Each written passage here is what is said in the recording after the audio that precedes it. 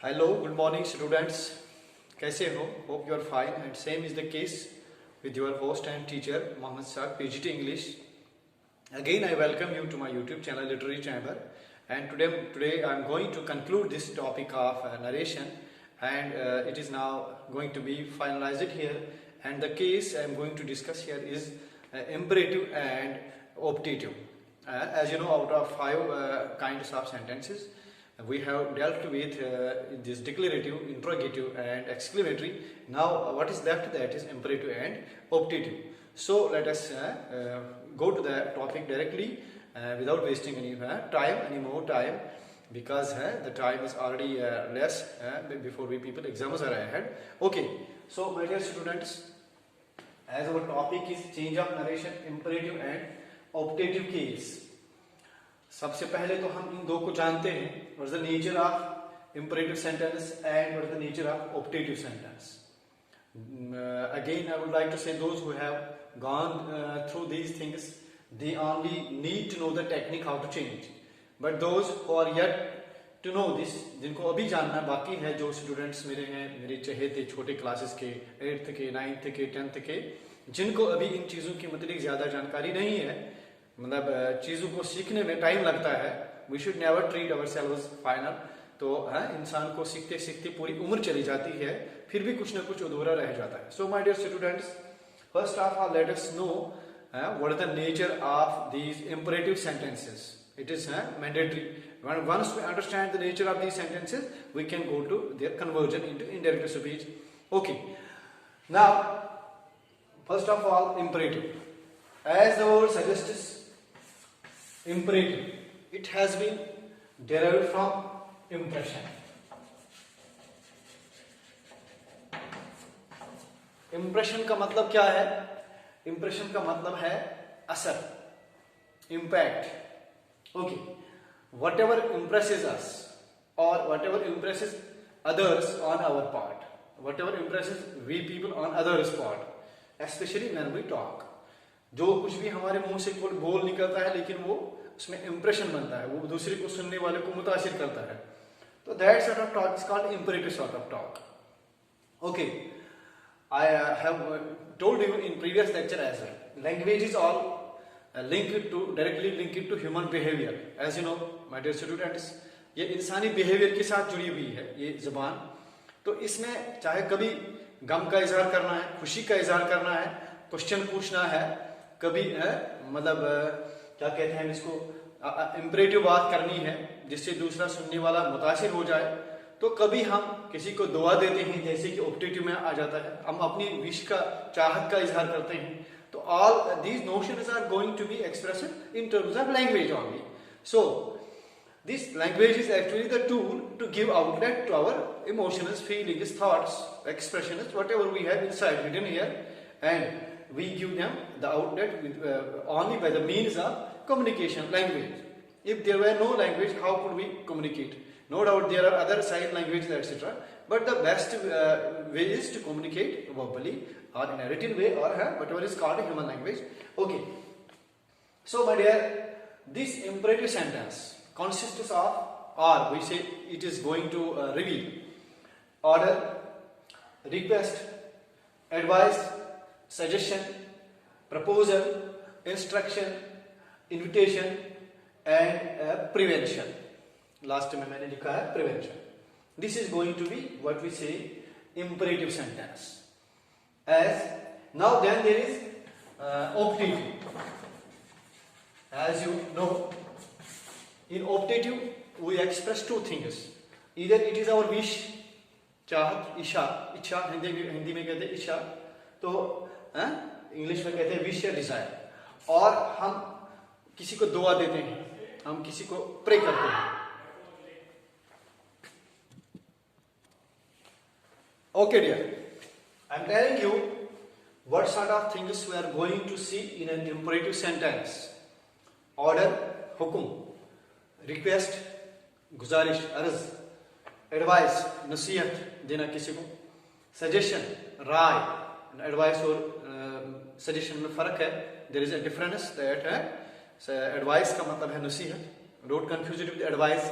Advise it is verb form, नसीहत करना, मतलब जब हम इसको एक्ट करते हैं तभी एडवाइस बन जाता है, otherwise it is advice. Suggestion, राय, अपनी है व्यू पॉइंट देना अपना। प्रपोजल, किसी को अपना मतलब जिसको हम कहते हैं पेशकश, अपना प्रपोजल देना। इंस्ट्रक्शन, हिदायत। एंड इन्विटेशन, दावतनामा। And prevention, we will say है रोक देना, किसी को टोक देना, जिसको किसी कोई काम करने से रोक देना। जैसे एग्जाम्पल, बच्चा किसी चीज के साथ खेल रहा है, हमें लग रहा है ये तोड़ डालेगा, तो हम कहते हैं डोंट टच इट, इसको रोक देते हैं। ओके, हम किसी टूरिस्ट स्पॉट पे जाते हैं, बाग में जाते हैं, गार्डन में जाते हैं, पार्क में जाते हैं, वहां पर एक बोर्ड देखने को मिलता है हमें, डोंट प्लग द फ्लावर्स, फूल मत तोड़िए। This is instruction, we can say as well as prevention, क्योंकि हमें रोक दिया जाता है, क्योंकि उस पे उसके साथ पेनल्टी भी लिखी होती है।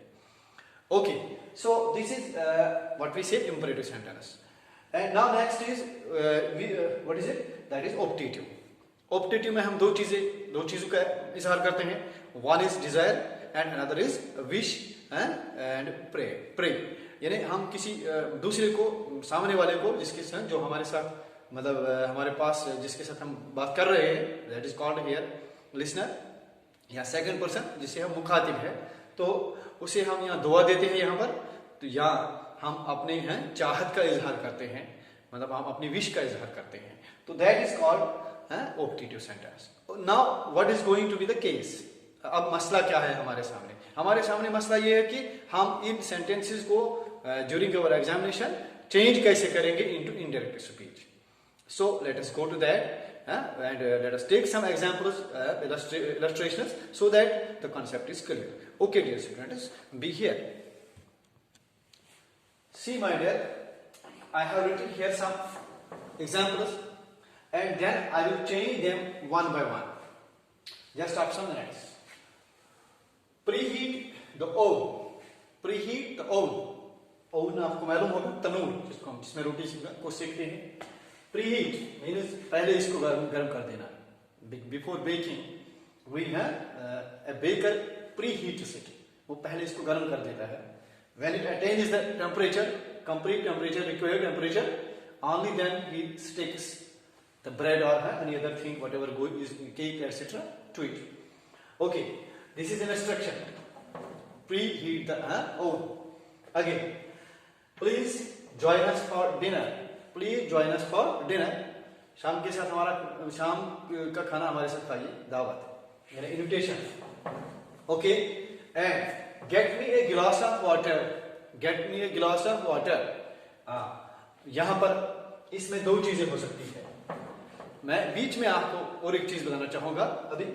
ऑर्डर, अगर ये सेंस में अगर कोई मतलब सुपीरियर इन्फीरियर से कहता है, फॉर एग्जांपल कोई ऑफिसर अपनी सबऑर्डिनेट को कहता है, कोई मालिक अपने नौकर को कहता है, तो then it will become order.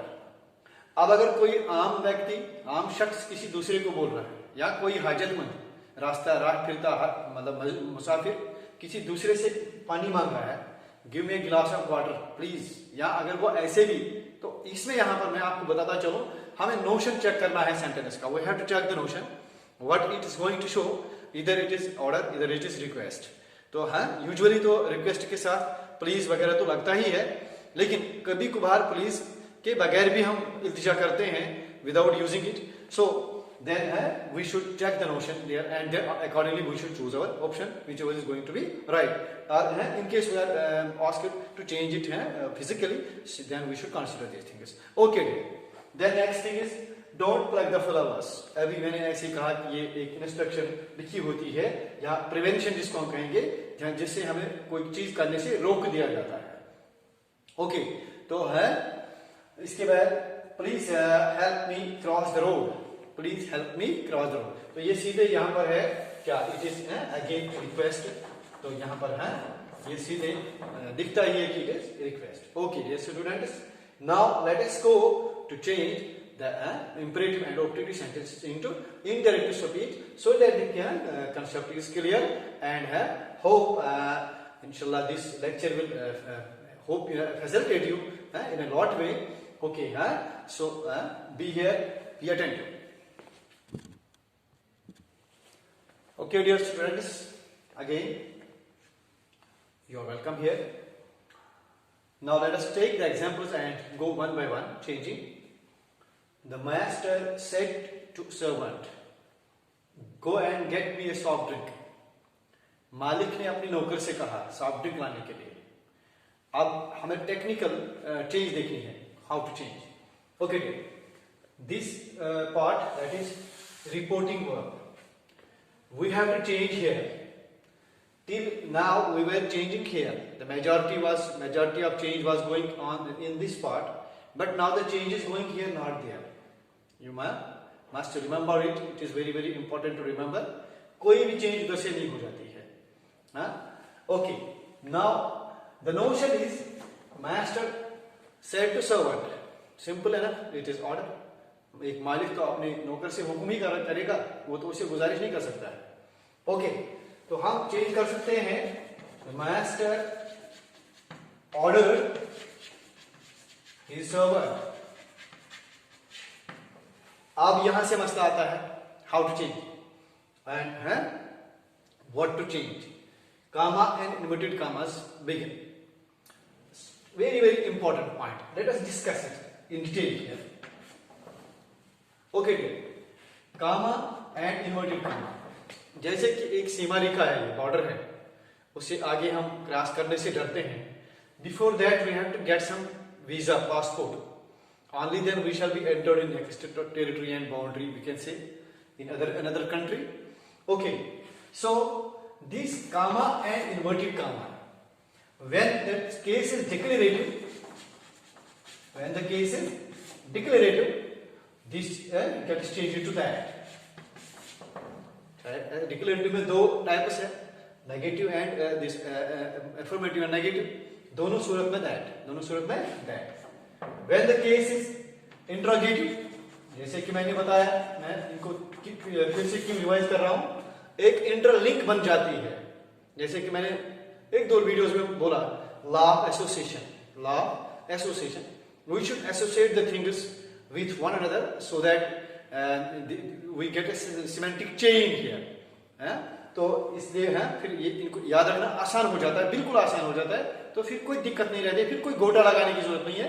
हमें बस रूल समझ आ गया तो we can do it easily in our examination. Okay, when the case is interrogative, these comma and inverted commas are replaced with what? They are replaced with if or whether. In case of yes, no.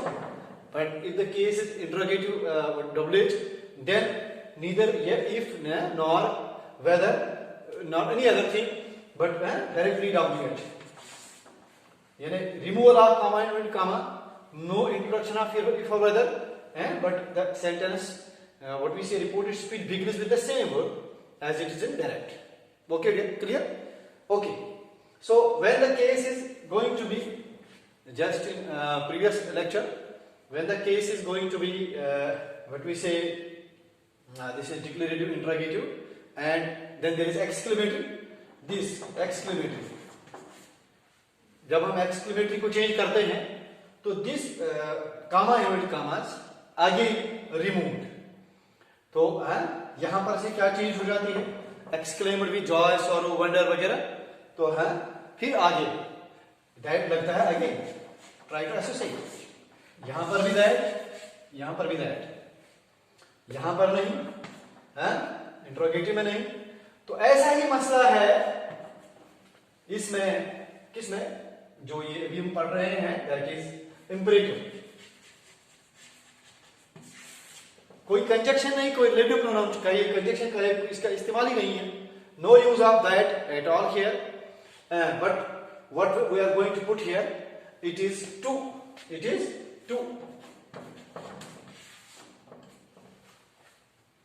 इस to पे अगर बात करेंगे my dear students तो पूरा दिन चला जाएगा. What is the function of this to? See my dear, in between I would like to tell you one thing. This is not a dictation. Most of the students are misguided in the sense that they just go what we say story telling पे फिदा हो जाना. वो सिर्फ कहानियों पे फिदा हो जाते हैं. When the fact is not that, the technical point is not that. In your future, you are not supposed to be asked about, to be told about. आपको फ्यूचर में सिटोरियां नहीं पूछी जाएंगी आपसे पूछा जाएगा ड्राफ्ट करो, लेटर ड्राफ्ट करो, कोई है कम्युनिकेशन ड्राफ्ट करो, मेल ड्राफ्ट करो. How you have to deal with those things in your future, whichever job you are performing. Leave teaching aside, यहाँ पर आपको पढ़ाना है, लेकिन जिंदगी में बाकी जो आपके जॉब्स है उनके मुताबिक आपको सोचना है क्या क्या आपको करना पड़ेगा. Okay, go it is here too. Okay, so I think here है declarative, interrogative and this exclamatory and imperative. यहां पर भी दैट, एक्सक्लेमेटरी में भी दैट, एंड इंटरोगेटिव में इफ और वेदर और WH, and again imperative too. कितना अंतर है. टू के बाद आगे क्या होता है, व्हाट हैपेंस अहेड. सिंपल तरीका याद रखना है, no change at all. To write the statement in the same way. यानी the servant said to the master said to servant, go and get me a glass of water, soft drink, whatever it is. क्या उसने मांगा. And we have to remove comma and inverted comma, then put to here, then put to here, preposition to. Okay. अब मसला है आगे की expression जो है, मतलब स्टेटमेंट जो है, इसका कुछ कोई चेंज नहीं है. टू गो एंड गेट, अब प्रोनाउन का फिर से मसला है, इसको चेंज करना पड़ेगा. इसमें कोई मतलब अल्टरनेटिव नहीं है हमारे पास. यस, जैसे कि मैंने rule of change of tense के वक्त आपको बताया भी है. Where there the rule of tense is not going to change in case of past perfect and past perfect continuous. तो है वहां पर भी मतलब हमें क्या प्रोनाउन को चेंज करना पड़ता है. एंड इंशाल्लाह after this very shortly in this video I shall tell you something about those miscellaneous type of sentence which are not going to change. Okay, तो वहां पर भी मैं इसका जिक्र करूंगा. प्रोनाउन को चेंज करना ही करना है, इसमें कोई अल्टरनेटिव नहीं है. Go and get me. This what we say me is objective pronoun of what. It is objective pronoun of first person singular from nominative, that is I. I का जो है ऑब्जेक्टिव वर्जन है that is me.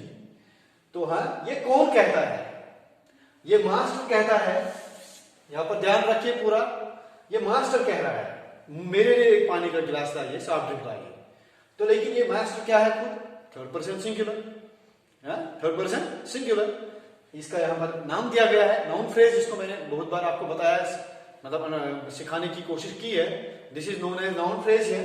So this third person singular, it has relation with me here. यही चीजें हमको परेशान कर देती हैं जब चार ऑप्शंस हमारे सामने आ जाते हैं. एक में लिखा होता है to go and get me a glass of water, फिर से to go and get you a glass of water, to go and get him a glass of water, to go and get his a glass of. ऐसे ऐसे मतलब क्या क्या उसके मन में आता है एग्जामिनर के कंफ्यूज करने के लिए. मतलब एक एग्जामिनी को एक है मतलब जो एस्पिरेंट होता है, स्टूडेंट होता है, उसको कंफ्यूज करने के लिए वो तीन ऑप्शंस बिल्कुल ऐसे लिख देता है जो जिनका कोई दूर वास्ता ही नहीं होता है, लेकिन कोई ना कोई सिमिट्री इनके साथ बनती है कि हमें लगता है नहीं ये तो आ सकता है. But once we know the rule perfectly, once we know it, once it is ingrain in our what we say self, हमारे खून में जब ये मिक्स हो जाता है तो अब हम भूल नहीं जाते हैं. इंसान मरेगा लेकिन मुझे लगता है शरीर में वो रूल्स उसके रहेंगे फिर भी. Okay, go and get me a glass soft drink, and we can to change this. The master ordered his servant to go and get him a glass of water. A glass of water. Okay. Or soft drink, whatever it is, it hardly matters. What is going to the object? Okay. So this was what I told you about the change of this removal of comma, inverted commas, and then introduction of to. Then introduction of to. यहां पर insertion of to हो जाता है बीच में, और बाकी का statement बिल्कुल ऐसे ही रह जाता है except the change of pronoun. Okay dear students, now let us go to some more examples.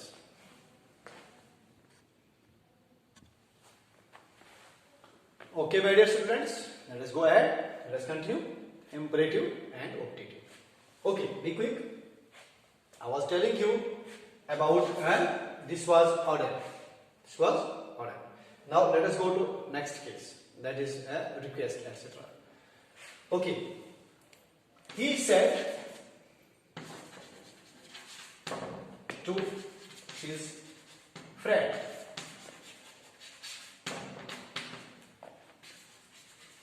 would you please lend me your bicycle?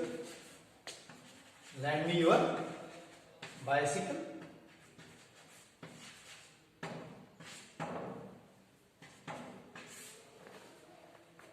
Would you please lend me your bicycle? उसने अपने दोस्त से गुजारिश की, वुड यू प्लीज लैंड कर, क्या तुम मुझे अपना बाइसिकल उधार दे सकते हैं थोड़ी टाइम के लिए. Okay, he requested his friend. Okay, to lend him his bicycle.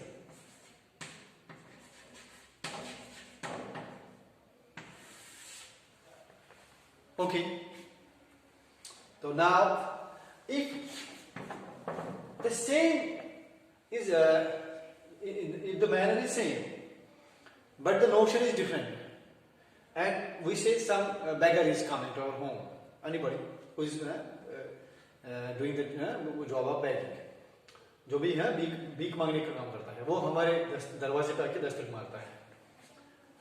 The beggar said,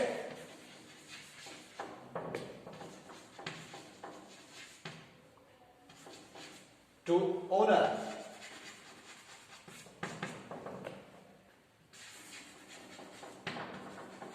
give me some alms and food. The beggar said to owner, give me some alms and food. तो अब यहां पर है भी यही मसला है. अब नोशन क्या बनती है, बेगर क्या करेगा, वो तो बेगिंग करेगा, सीधी सी बात है. हाँ, एक बात आपको याद रखनी है, कभी कभी इल्तिजा करने को भी हम बेग कहते हैं. कोर्टल, when the advocate is arguing with judge, when he is putting his argument, he says sometimes I beg your pardon, my lord. This is to be kept in mind. Beg का मतलब सिर्फ भीख मांगना ही नहीं है, beg का मतलब है रिक्वेस्ट भी करना कभी. But that is actually formal type of language communication and especially in court terminology. Okay, the beggar said to owner, give me some alms and food. So the beggar begged before owner to give him some food and alms. Okay, alms का मतलब है खैरात है, और food का मतलब है खाना. ये तो सबको पता है, but ALMS, don't read it alms, it is alms. A long vowel and m and z, यहाँ पर साउंड z आ जाती है, alms. Okay, तो I think to some extent you have got it down. Then there is now order, instruction वगैरह वगैरह. तो ऐसे ही simple मतलब तरीका है इनका. सिर्फ हमको नोशन चेक करनी है. ऑर्डर बताया जा रहा है, रिक्वेस्ट बताई जा रही है, सजेशन दी जा रही है.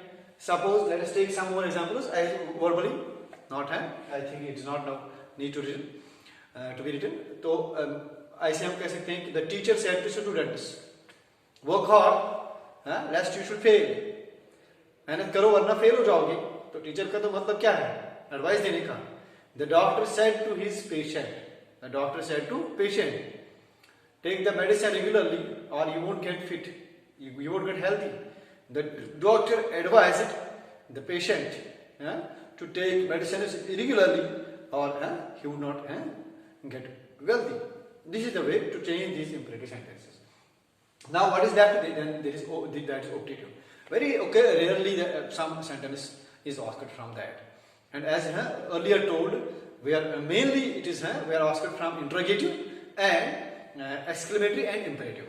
डिक्लेरेटिव भी काम पूछा जाता है और ऑपरेटिव भी काम पूछा जाता है. एनीवे फिर भी इसको देख ही लेते हैं. जो एकेडमिक मतलब क्लासेस में भी एग्जाम्स हैं फेस कर रहे हैं तो उनके लिए तो होना चाहिए.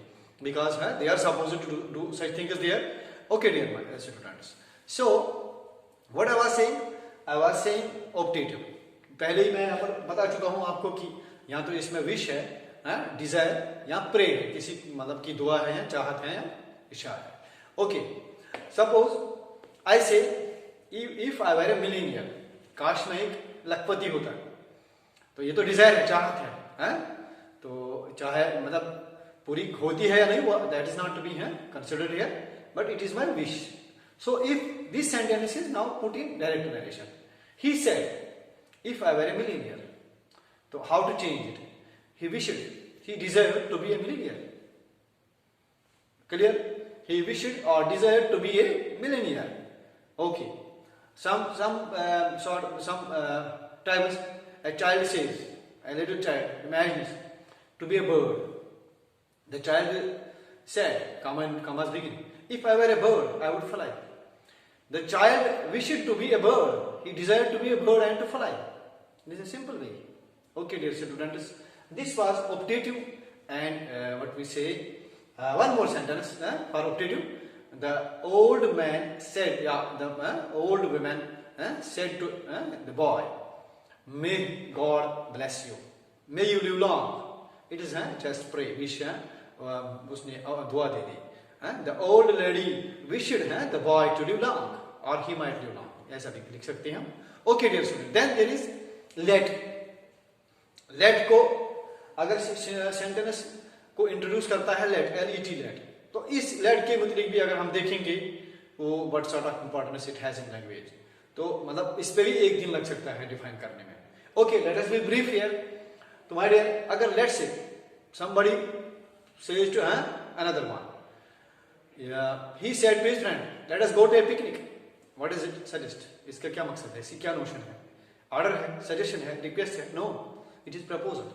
It is proposal. तो ये इसको हम proposal. He said to his beloved let us marry in the court. उसने प्रपोज किया अपने बिलाव्ड को कि हम कोर्ट में मैरी करेंगे.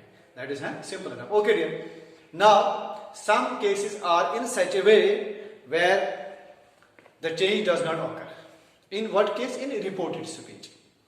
सो you remember here, if you feel it is to be written here, I will like I shall write there. If not, then it is okay. So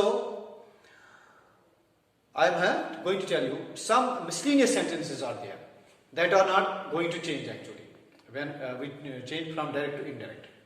Number one, if the case is going to be a universal truth, अगर एक universal truth बताई जा रही है direct speech में. Suppose the teacher said to students while teaching, I mean, the sun is stationary, the earth is revolving around the sun. This is a universal truth, everyone knows it. The sun rises in the east and sets in the west. This is a universal truth. ये हर किसी को मालूम है दुनिया में, चाहे वो किसी भी जात का है. This is a universal truth. Okay, तो उसके बाद अगर कोई प्रोवर्ब बताई जा रही है, अगर कोई इडियोमेटिक एक्सप्रेशन बताई जा रही है, खासकर प्रोवर्ब्स आती हैं. The teacher said to students, honesty is the best policy. यहाँ पर दो चीजें क्लियर हो जाएंगी आपको. Honesty is the best policy. एक तो आर्टिकल द का मसला आ गया, the before comparative the superlative degree, and दूसरा ये एक क्या है? प्रोवर्ब है. तो तो अब हम इसको कैसे चेंज करते हैं? हम कहेंगे कि honesty was the best policy. No, honesty is best policy every time. ये पास्ट में भी, इस वक्त भी और फ्यूचर में भी रहेगी. तो तब भी हम इसको हम ये नहीं कर सकते honesty will be best policy. तो आज ये बेस्ट पॉलिसी नहीं है, नहीं, तो हम इसको चेंज नहीं कर सकते हैं. So we write the teacher told the students that honesty the best policy. Okay dear students, this is clear. One more sentence. He said man is mortal. He told that man is mortal. तो this is a universal fact.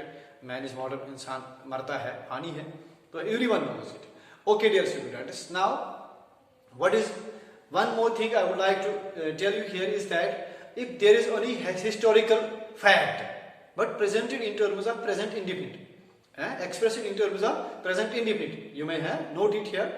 अगर कोई historical fact बताया जा रहा है लेकिन present simple के द्वारा, ये तो uses of simple present में हम पढ़ते हैं, चूंकि यहाँ पर हमने technically इसको डील किया, हमने उस तरीके से इसका यूज सिचुएशनल यूज नहीं पढ़ा. जब हम प्रेजेंट सिंपल की बात करते हैं तो वहां पर हम ये बताते हैं कि present simple is used to denote so many things. Present action, habitual present action done at present time, habitual action, universal truth, historic present, etcetera etcetera. तो अगर ऐसी बात है, इस हिस्टोरिक फैक्ट की बात आ जाती है. सपोज कोई है इस तरह नरेट करता है, दिस बैटल ऑफ पानीपत टुक इन है 1526-7 वट एवर इट इज. तो ये आपको मालूम है कौन से 3 डेट है, हिस्ट्री स्टूडेंट को ज्यादा पता होंगे. तो हम कहते हैं the first revolt of India, और we can say first struggle for independence, और है बट वी से 1857 रिवोल्ट इन है प्रिसाइज मैनर, जिसको जो सबको पता है.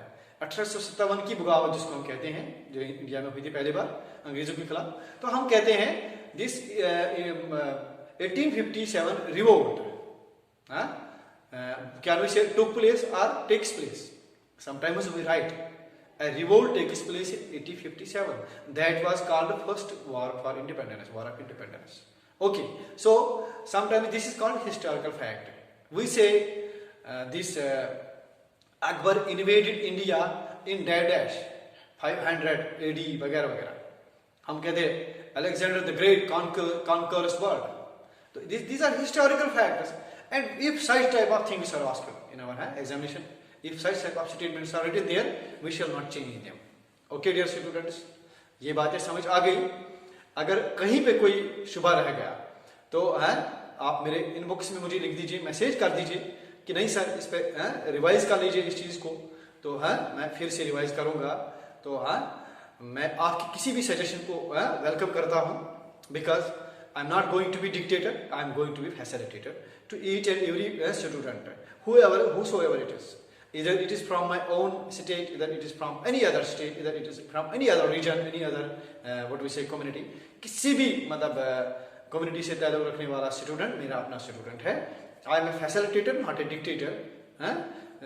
No doubt कोई ऐसा इस स्थिति में होता है कि नहीं I am final. No, that is not going to be the case. Especially in case of languages. There are so many things that we skip, that we need to learn, that we